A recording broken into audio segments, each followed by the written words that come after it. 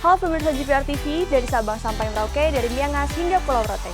Bertemu lagi dengan saya, Kintan Kalvina, di program Kominfo Newsroom, Jumat 26 November 2021. Menteri Koordinator Bidang Perekonomian Erlangga Hartarto menyatakan pemerintah siap melaksanakan putusan Mahkamah Konstitusi terkait Undang-Undang Cipta Kerja. Hal itu disampaikan melalui konferensi pers daring pada Kamis 25 November 2021. Menteri Koordinator Bidang Perekonomian Erlangga Hartarto menyatakan pemerintah siap melaksanakan putusan Mahkamah Konstitusi terkait Undang-Undang Cipta Kerja. Dalam siaran pers tersebut, Menko Erlangga juga menyampaikan bahwa pemerintah akan segera menindaklanjuti putusan MK dengan menyiapkan perbaikan UU Cipta Kerja, serta melaksanakan sebaik-baiknya arahan MK dalam putusan tersebut, dan melakukan perbaikan dalam waktu 2 tahun.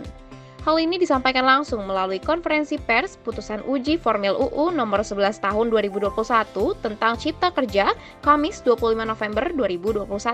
Peraturan perundangan yang telah diberlakukan untuk melaksanakan Undang-Undang Cipta Kerja tetap berlaku.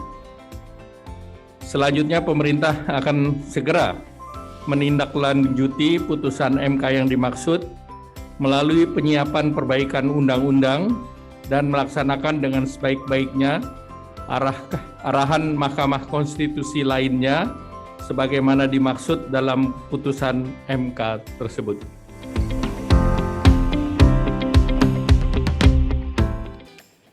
Informasi lainnya, pemerintah menyerahkan aset sitaan obligor BLBI kepada penerima hibah, salah satunya kepada pemerintah Kota Bogor. Pemerintah melakukan serah terima hibah aset ex-BLBI kepada pemerintah Kota Bogor senilai 345,7 miliar dengan luas 10,3 hektar. Aset tanah tersebut akan digunakan untuk membangun ibu kota Bogor yang baru guna membuat kota Bogor menjadi lebih baik. Untuk itu, Pemkot Bogor harus menyediakan sejumlah dana untuk mendukung proyek pembangunan. Hal ini disampaikan langsung oleh Menteri Keuangan Sri Mulyani Indrawati dalam konferensi pers penyerahan aset ex-BLBI di Jakarta, Kamis 25 November 2021. Pak Wali Kota harus menyediakan anggarannya untuk membangun ibu kota baru tersebut, dan di dalam APBD saya harap ini juga akan menciptakan ekonomi kegiatan untuk pemulihan akibat COVID yang kita semuanya melihat bahwa kegiatan ekonomi kita sangat terpengaruh akibat COVID, dan jadi langkah-langkah ini saya harap juga akan memulihkan perekonomian tidak hanya di Kota Bogor tapi sekitarnya.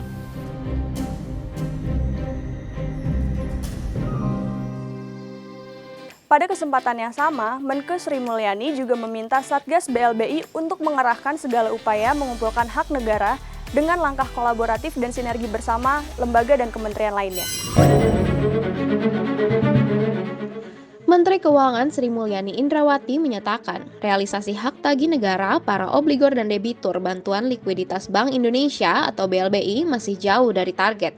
Tercatat hingga Kamis 25 November 2021, total aset ex-BLBI yang diterima negara baru sebesar 492 miliar. Sementara total target hak negara aset ex-BLBI mencapai 110,45 triliun. Pihaknya menegaskan, Satgas BLBI harus melakukan langkah kolaboratif dan sinergi agar para obligor dan debitur bisa melaksanakan kewajiban mereka untuk mengembalikan hak negara. Bahkan, Satgas BLBI diizinkan untuk melakukan upaya hukum dan upaya lainnya demi menyita aset yang menjadi hak negara, termasuk bekerja sama dengan kementerian dan lembaga lainnya. Dan kita akan terus bekerja sama dengan kementerian-kementerian lembaga lainnya, sehingga baik mereka yang berada di dalam Indonesia maupun saat ini tidak ada di Indonesia tidak menghalangi kita untuk bisa mendapatkan hak tagih kita. Kita juga akan melakukan upaya pengembalian hak tagih baik bersama-sama instansi eksekutif maupun yudikatif, dan tentu kita harapkan aset itu tidak hanya sekedar kembali ke negara namun pada akhirnya bisa dimanfaatkan secara produktif. Beralih ke informasi selanjutnya, Presiden Joko Widodo menekankan pentingnya realisasi investasi karena investasi merupakan jangkar pemulihan ekonomi. Hal tersebut disampaikan Presiden Joko Widodo pada saat Rapat Koordinasi Nasional dan Anugerah Layanan Investasi tahun 2021 pada Rabu 24 November 2021. Ketidakpastian global yang selama ini terjadi memiliki dampak besar bagi perekonomian negara. Oleh karena itu, Presiden Joko Widodo menekankan pentingnya realisasi investasi, karena investasi merupakan jangkar pemulihan ekonomi. Hal ini dilakukan agar Indonesia mendapatkan nilai tambah yang berdampak pada pertumbuhan ekonomi, pendapatan, dan daya beli masyarakat. Hal tersebut disampaikan Presiden Joko Widodo pada saat Rapat Koordinasi Nasional dan Anugerah Layanan Investasi tahun 2021 pada Rabu 24 November 2021 di Ballroom Hotel Ritz-Carlton, Jakarta Selatan. Investasi menjadi jangkar pemulihan ekonomi. Oleh sebab itu, yang di luar APBN ini yang harus digerakkan. Kembali lagi, investasi. Artinya peredaran uang akan semakin besar, dan itu akan menimbulkan efek nanti ke daya beli. Masyarakat juga akan naik, konsumsi masyarakat akan naik, pertumbuhan ekonomi juga akan naik. Menutup informasi terakhir, dalam rangka mengantisipasi kemungkinan gelombang ketiga COVID-19 saat perayaan Natal dan Tahun Baru 2022 mendatang, Ketua Umum PBID, Adip Humaydi mengimbau agar masyarakat terus waspada dan tetap menjaga protokol kesehatan.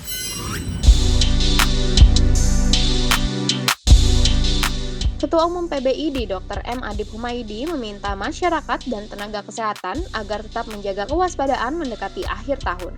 Pasalnya, situasi akhir tahun rentan dengan lonjakan kasus COVID-19 seiring dengan mobilitas warga yang tinggi. Menurut Dr. Adip, Satgas COVID-19 masih akan terus bekerja untuk menjaga situasi kondusif dan pelaksanaan protokol kesehatan dijalankan di tempat-tempat wisata. Protokol kesehatan dan gencarnya vaksinasi menjadi syarat kesiapan yang utama untuk menghadapi lonjakan kasus. Yang paling utama sebenarnya bahwa kita harus tetap waspada. Siapa yang harus waspada? Yang pertama adalah masyarakat sendiri. Yang kedua, kami tentunya dari teman-teman tenaga medis, tenaga kesehatan. Karena kita berupaya nanti tentunya kalaupun ada lonjakan kasus, kita tidak melihat dari sisi berapa jumlah positif di dalam satu wilayah saja. Tapi yang perlu menjadi penekanan kita adalah berapa jumlah pasien COVID yang dirawat, yang masuk ICU, yang masuk kemudian diisolasi berapa. Nah ini yang harus kita pantau terus gitu loh. Jadi pendataan itu tidak hanya sekedar pendataan pada fokus terkait dengan masalah yang berapa yang positif saja gitu.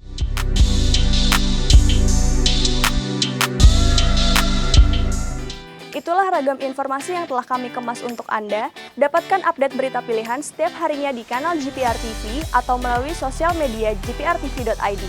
Saya Kinan Kalvina pamit, sampai jumpa.